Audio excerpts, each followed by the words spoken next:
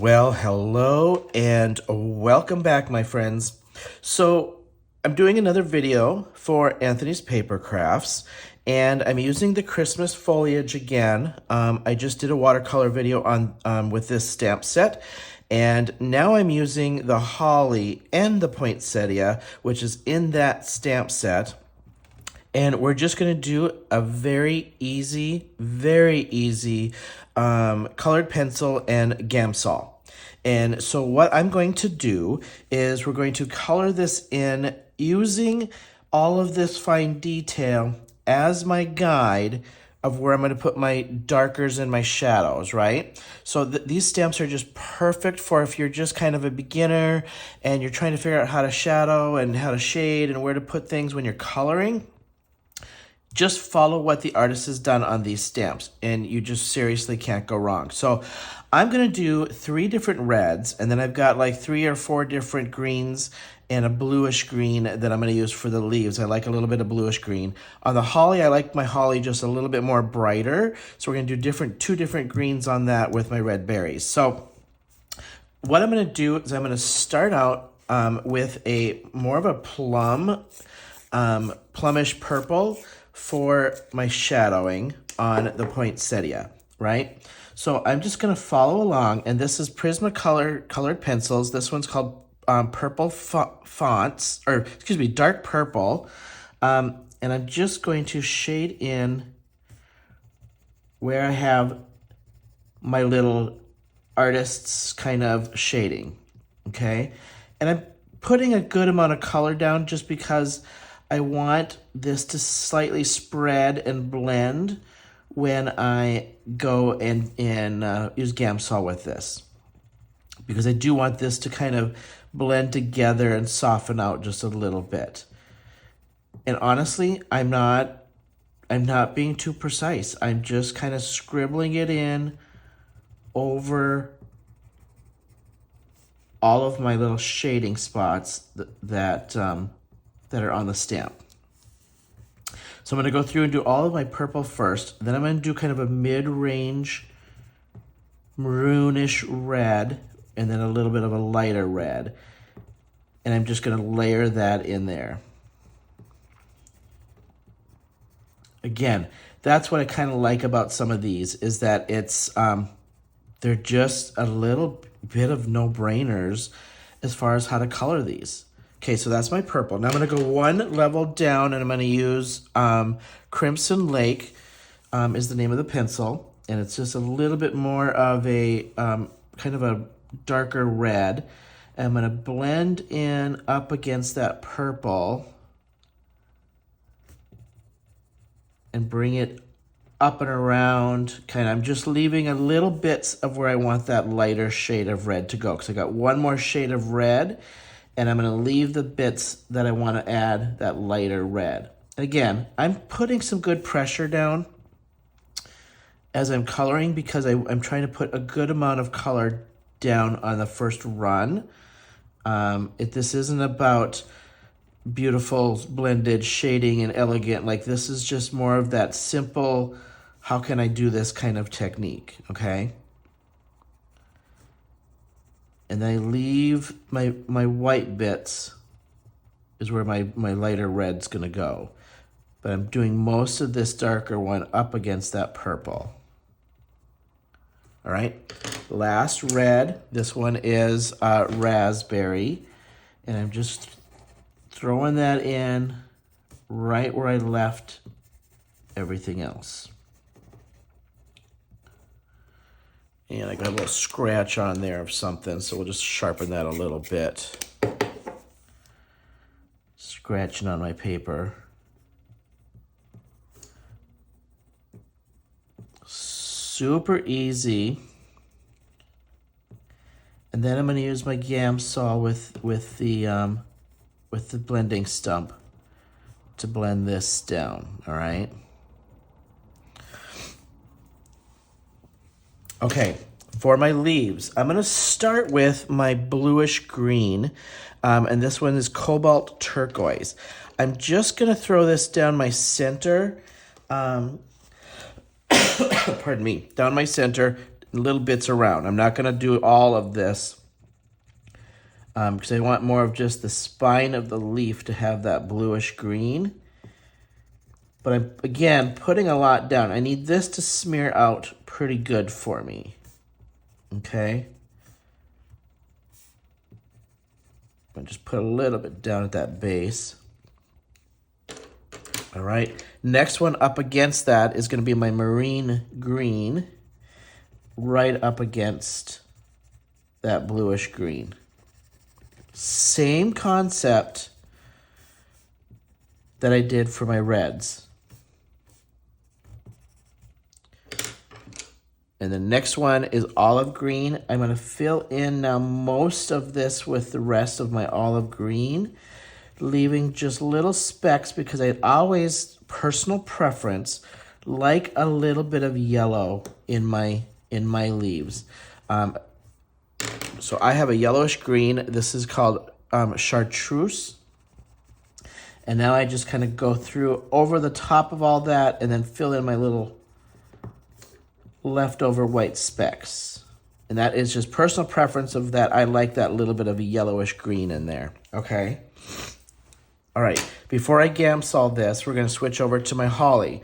Now my holly, I'm going to do my deeper, not quite Christmassy red first as my shading. This is kelp green. Same exact thing. I'm just following my built-in shading here for me. And I know I'm only using 2, so I'm going to blend out some random. I just like a little bit more random on my leaves, so I'm blending out so it's not quite so Christmas green, but I like my holly to have that little brightness of green on it. But I'm just following that guide and doing the same thing. Easy peasy, all right? Now I'm going to do little bits on my stem, and then I'll do the other green.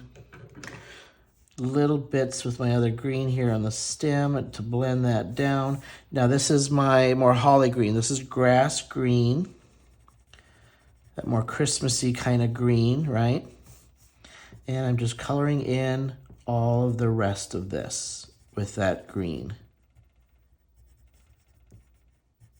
And again, then we'll just Gamsol all this. All of this, I'm laying a good amount of color down with some good pressure. It's not real light because I need some wax on there. I need some substance on here to kind of, lack of a better word, when that Gamsol hits it. The Prismacolor melts kind of really nice with Gamsol, and I need a lot of kind of butter or melt on the paper to get a nice blend when I Gamsol this out. I don't know how else to describe it. I hope that if you ever use these, here's an example I can use. I would start out with Crayola watercolored pencils, or not, excuse me, colored pencils, and they're a little bit more of a harder wax base. This is more creamy. So when the Gamsol hits that harder wax, it doesn't spread as much. It's kind of in place where you put it. This one does have a little bit more give, and it spreads down and melts down just a little bit nicer.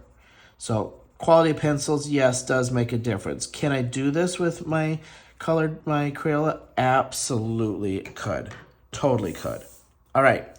Here it is in raw form, right? Now I'm going to use 2 different stumps. I have a small stump.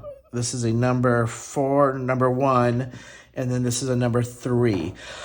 And I'll use kind of the smaller one up in the peaks and crevices that these bigger stumps are just too big to get into. All right. With my Gamsol, get this in view here for a second. I let it soak up, and you'll see that soak up and in. Then I pull it down just a little bit to let that drip off before I go straight to paper. Give it a second so it soaks in, so it's not too wet when I come to paper. And then I'm going to come in here and I'm going to kind of smooth out that bluish green first and blend that out. And you can see how that spreads out really nice. And then I'll leave the tip in there because I have to do that with the other one so it doesn't smear out too much. All right.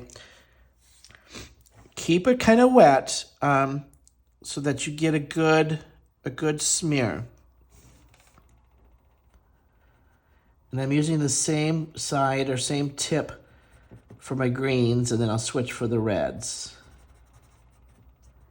And this goes really quick, you guys. Like, really, really quick, really easy. Again, I'm using these for my Christmas cards this year, so I'm knocking out, good 20 of these in a sitting. It's super easy to do.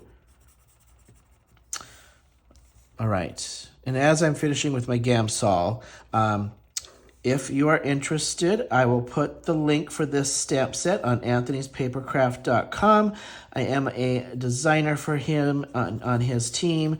If you watch my last video I posted with the watercolor poinsettia, I talked about this. Anthony has been in business for about 10 years. He is going out of business here on January 1. I do have a designer code, SAPC10 for 10% off. You can use it anytime up until then. I know he's going to have probably a discount on his stuff coming up to get rid of inventory. But yeah, he is going out of business. He's just, it's been a tough market for some of these small businesses in the crafting industry. And I really, truly wish him well. I think he's going to be doing some teaching and some classes. He's got some new ventures coming up, and not sure what all they are. So just kind of keep an eye out for that, because he will be doing some stuff. He isn't going away. It's just his stamping business is going to go away. So this is going to go on sale, and you can use my code for the 10% off, and I'll put all the links for this in the description below. All right, same thing. I'm using the red side of my stump here, blending that out and making sure I get a nice soft blend on that purple so I don't have too hard of edges on there. And then I've got two other samples made over here on the side. I'll bring those in here once we get this one done, just to kind of show you the other ones I've done here. But anyway, these are incredibly easy. He's got some great stuff on his site. All of his stamps are kind of similar style with the texture and the artwork and things. So incredibly easy to use, incredibly good quality stamps, polymer stamps. He's got Crafting on the Go, which is, I'll be honest, has been my favorite so far out of his line, is the Crafting on the Go things. And I've used a lot of the Crafting on the Go. And I love it. It's just great for on the road and taking something with you. All right, easy peasy. I got a little bit on my fingertips and over here, but I will use my eraser to get that stuff off. It's not super heavy. And now I'll just use this little one right up in here on the tips of these to blend these out. And I'm not putting much pressure on there because it does melt down pretty nice. All right. That little piece. There you have it, my friends. How easy and how quick was that? We knocked this out in what, 5-10 minutes? So there's this one. Here's a similar one, similar color, similar shading. Then I did one with just the two different reds and same greens and stuff up here. I did less of the bluish green on this one, and I realized I liked the bluish green, so I added more of the bluish green on the leaves on these ones. But here you go. This is the Christmas Foliage, anthonyspapercrafts.com. Use my code SAPC10 for 10% off. And I think he's got about 20 of these left in stock, and then when they're gone, they're gone. So thank you all so much for hanging with me. I would love to have you as a subscriber to my channel, so go ahead and hit that subscribe and that thumbs up button. Helps the algorithm with my channel. I would much, much appreciate it. Would love to have you join my subscribers and follow my journey. And find me on Instagram. I do post a lot on Instagram at Manly Made Minute. Thank you all so much, and have a wonderful rest of your day.